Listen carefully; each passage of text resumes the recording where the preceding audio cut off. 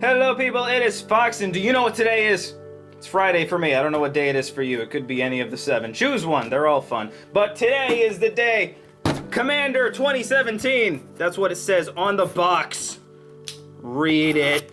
Got released, and I got me all 4, and I will be making a video for each one. Why? Partly because I'm greedy and I want to extend this purchase to fill content, but also because some people just want to see a specific deck. They may not want to see an entire deck, and quite honestly, that video would be way too long if I open them all in one video, and I don't want to do that. I want to open one, take a break, maybe eat, and then open another one. But you don't care. We're gonna break the seal. I know it says stop, but we don't listen to the police. Look at that. They're in a row, like ducks to the slaughter. So first we got Arhabo, Rower of the World. I really should know his name considering he's probably my favorite one because he's a cat avatar. Then we got Inala, Archmage Ritualist. There's our wizards. We got the Dragon, or the Ur Dragon, or the misspelled Yor Dragon. He costs 9 mana. That's a lot. And of course, Edgar Markov. Hey, you can see me. I'm wearing a Rush shirt. Edgar Markov, also known as a very strangely, normal name. I'm Edgar. I buy groceries from the farmer's market. So, which one are we going to open? Well, today, or in this video anyway, we're going to be opening the Dragon first, and then we'll get to the other 3 in the separate videos. I haven't determined whether I'm going to upload them in one giant pool of uploads, but they will be uploaded, if not, maybe on a daily basis. Although I might just upload them all in one shot. We'll see. That decision will be determined probably after this is filmed. Alright. So I can't open this in a nice way. So the Dragon, what does he do? Well, let's take him out and read him. It's nice and big for people who need a big card. So he has Eminence. That's his artwork, by the way. Eminence, as long as he's in the command zone, dragon spells cost 1 less to cast, and whenever 1 or more dragon I control attacks, I draw that many cards. Then you may put a permanent card from your hand onto the battlefield. So, Kaalia Dragons. He is amazing, actually, and to kind of pair him with the Scion of the Dragon just makes him even 10 times better. So, let us go ahead and open this pamphlet up first. The Dragon, Progenitor of Fire. He burns things. And there is Okagachi, I forgot the name. There's a dragon engine, and there's a cat dragon. He's all cute. I can't wait for the cat dragon token. I want it so bad. So yeah, this explains to you a way you can play the deck, I suppose. This explains to you the lore, which I actually enjoy. Huge fan of Magic lore. And then of course the deck, which explains to you that it is a deck. Enough said. Alright, so you have the rules.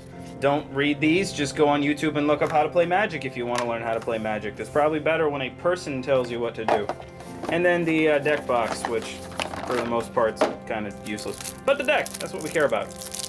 So I don't know much of anything that are in these decks. I know like the newer cards, but for like reprints and everything like that, I don't know. So I'm kind of going into this blind, which is cool because my my reactions are going to be pretty genuine. So let us begin with onions. The Dragon. We read him already. Okagachi, that's his name. Okagachi, the Vengeful Kami. He has a very long title name. They had to shrink that font. What does he do? Flying Trample. Whenever a Okagachi deals damage to a player, if that player attacked you during his or her last turn, exile target non-land permanent that player controls. He's straight up just vengeful. Ramos, Dragon Engine, a legendary artifact, 5-color. He could be an interesting commander. I'm way too zoomed in. That could be an interesting commander. And then our tokens. So let's look at the tokens. Gold! There's the cat dragon. I love that art. Who drew that? Cynthia Shepard. You did a fantastic job. That is adorbs. And then more gold. And then we got another cat dragon. A regular dragon. Maybe for Scion. And then more dragons. And another dragon. A lot of dragons in the set. Alright. Curse of Verbosity. This is neat. This is a curse cycle in this set. He's, oh, we got 3 of them. The same guy is in all the artworks, and I don't know who he is. He might be the artist. That's speculation, though. I'm not completely sure. But, you know, curses, they're always in a form of commander in some way. Herald's Horn. Is Herald's Horn creature type? Oh, creatures cost 1 less. That's neat. Mirror of the Forebears. I think that's the fairy in there. I'm not completely sure. Could be. Who knows? But it's neat. Orator of Ojutai, Dragonlord Servant. That's a basically Dragon Speaker Shaman and Dragonlord Servant are the same, except Dragon Speaker is slightly better because it costs you 2 less for every dragon. Cultivate, finger in the ground. Elemental Bond. What does this do? Whenever a creature with power 3 or greater enters the battlefield and you control, draw a card. That's neat. Farseek, huge fan of that card. Kadama's Reach for ramp. Rain of Thorns for some removal. Savage Ventmaw, I like him. And we got Armillary Sphere, Commander Sphere. Happy to have one more of those. Darksteel Ingot, Dreamstone Hedron. This is a 5-color deck, so I would assume the ramp in here is pretty massive.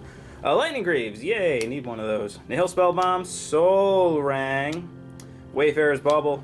Then we got some basic mountains with an Earthquake. Another mountain, then a Fortunate Few. As a newer card, I believe. Choose a non-land permanent you control. You read them. I don't want to read them. I hate reading cards on camera because I always like skip through them and screw them up. So you read them. Scalelord Reckoner, Kindred Discovery. This is a dumb card.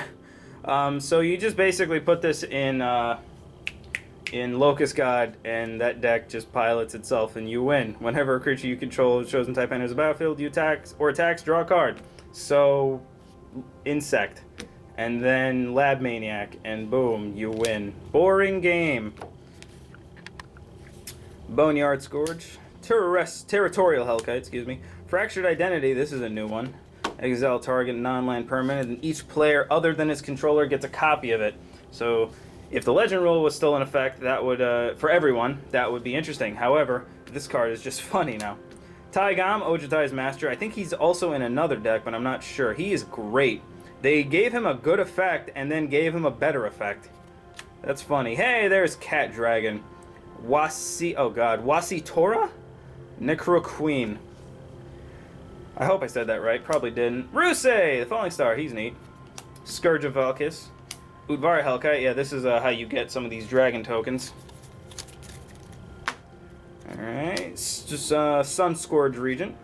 Monastery Siege. Crux of Fate. That makes complete sense.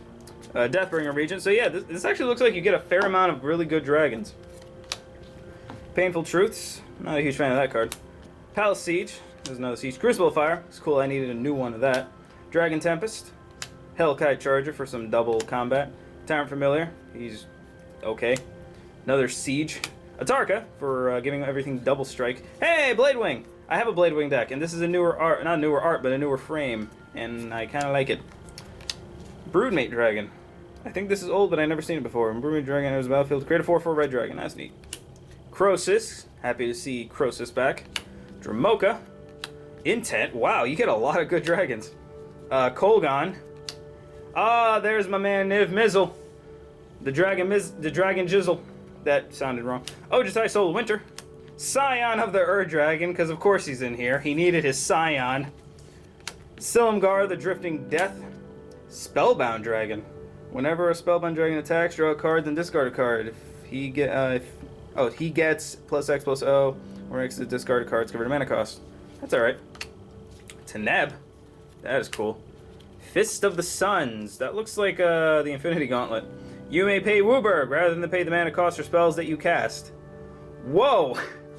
That made this deck way easier to play. That rules. Oh, that's cool. Steel Hellkite, that makes sense. Crucible Spirit Dragon. Haven of the Spirit Dragon. More mountains, Jesus. And then we got some swamps, some forests, some plains, some islands. Path of Ancestry. It enters tapped of you in your commander's color identity.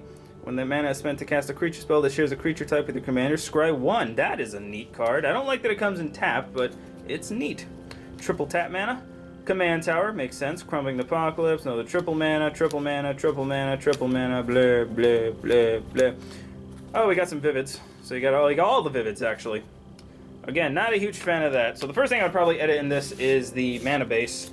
I wouldn't put in fetch lands because I think you're probably, like, completely bankrupting yourself if you put in all the fetch lands. But I definitely would put in some better lands. Maybe some more basics.